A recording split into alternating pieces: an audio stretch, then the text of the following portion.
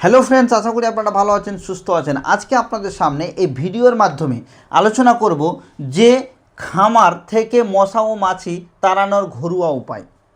বর্তমান সময়ে কিন্তু প্রচুর পরিমাণে মানুষ গরু এবং মহিষ ও ছাগলের খামার করছে এবং খামারে কিন্তু এই ধরনের সমস্যা দেখতে পাওয়া যায় যে অতিরিক্ত পরিমাণে গরমের সময় মশা ও মাছি খুব ক্ষতি করে থাকে।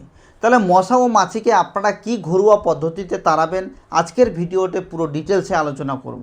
তাহলে অবশ্যই ভিডিওটাতে যদি নতুন হয়ে থাকেন তাহলে ভিডিওটাকে লাইক এবং শেয়ার করবেন এবং চ্যানেলটিকে সাবস্ক্রাইব করবেন।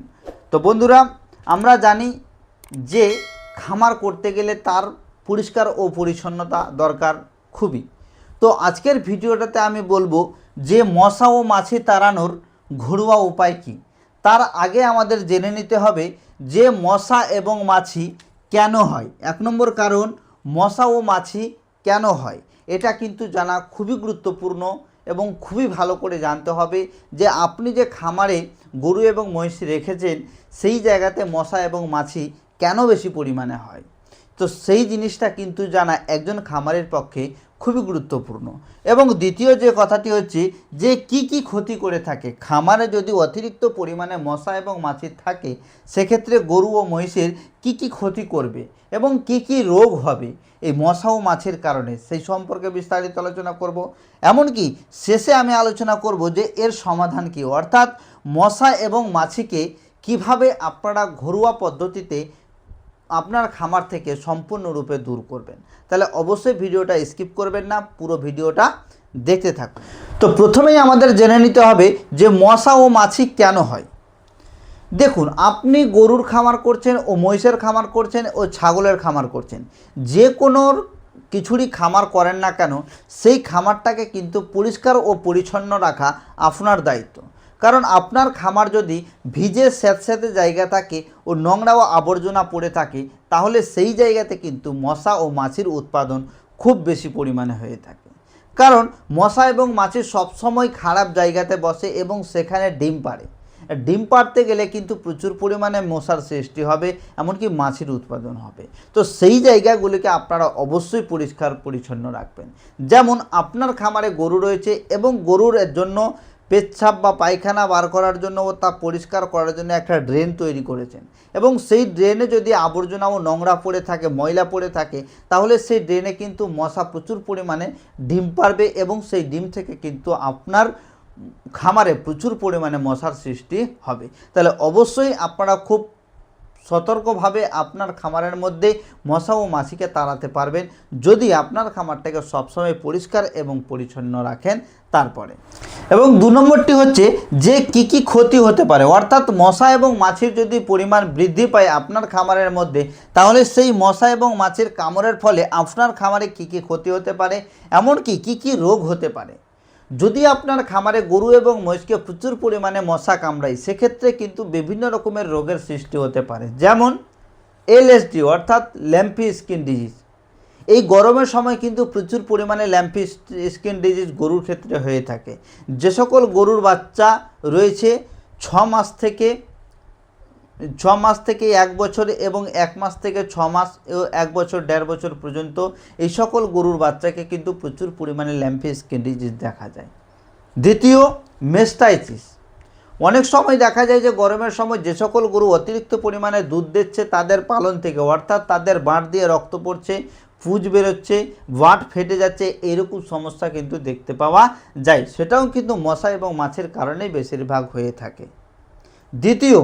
তৃতীয় হচ্ছে যে অনেক সময় দেখা যায় যে গরু মহিষ এবং ছাগল অতিরিক্ত গরমের ফলে খাওয়া দাওয়া বন্ধ করে দেয় এবং ধীরে ধীরে কিটোসিস রোগে পরিণত হয়, গরুটি অতিরিক্ত পরিমাণে দুর্বল হয়ে যায়।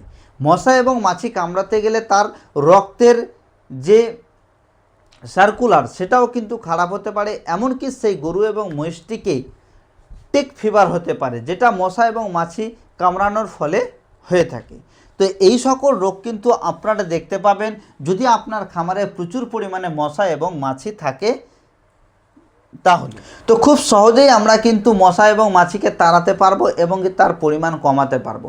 তো কি কি জিনিস লাগবে আমাদের সেই ঘরোয়া পদ্ধতিতে মশা এবং মাছি তাড়ানোর জন্য, অবশ্যই সেটা কিন্তু আমরা বাড়িতেই পেয়ে যাব, যেটা খুব সহজেই পাওয়া যায়। প্রত্যেকের বাড়িতে হয়তো নিমের গাছ আছে, যাকে আমরা নিম পাতা বলে থাকি। সেই নিম পাতা আপনারা সামান্য পরিমাণে নেবেন, 1 থেকে 2 কেজি নিম পাতা নেবেন আইডিয়া মতো, এবং সেই পাতাটাকে শুকিয়ে নেবেন। শুকিয়ে নেওয়ার পরেই সেই নিম পাতাকে নারিকেলের ছোবড়া যদি আপনারা পান তাতে আরও ভালো, সেই নারিকেলের ছোবড়ার সাথে মিক্স করে দিয়ে আপনারা কিন্তু আপনার সেই খামারের মধ্যে ধোঁয়া করে দিবেন।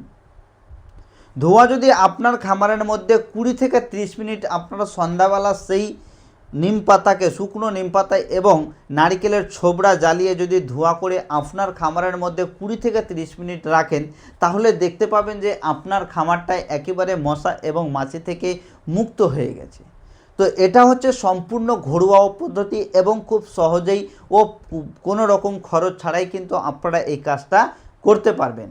এই কাজটা যদি আপনারা পরপর 3 দিন করেন, সেক্ষেত্রে দেখতে পাবেন যে আপনার খামারে এতটাই মশা ও মাছির পরিমাণ কমে গেছে যে আপনার গরুকে দেখে আপনি বুঝতে পারবেন যে আপনার গরুটি কত সুন্দর ও কত স্বাভাবিকভাবে থাকছে।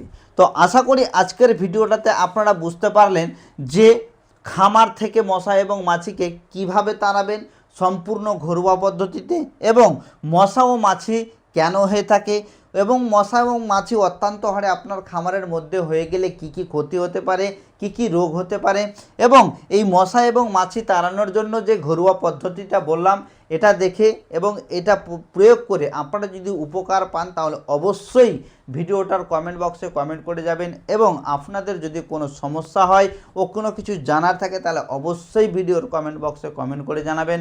আমি আপনাদের প্রশ্নের উত্তর দেওয়ার চেষ্টা করব।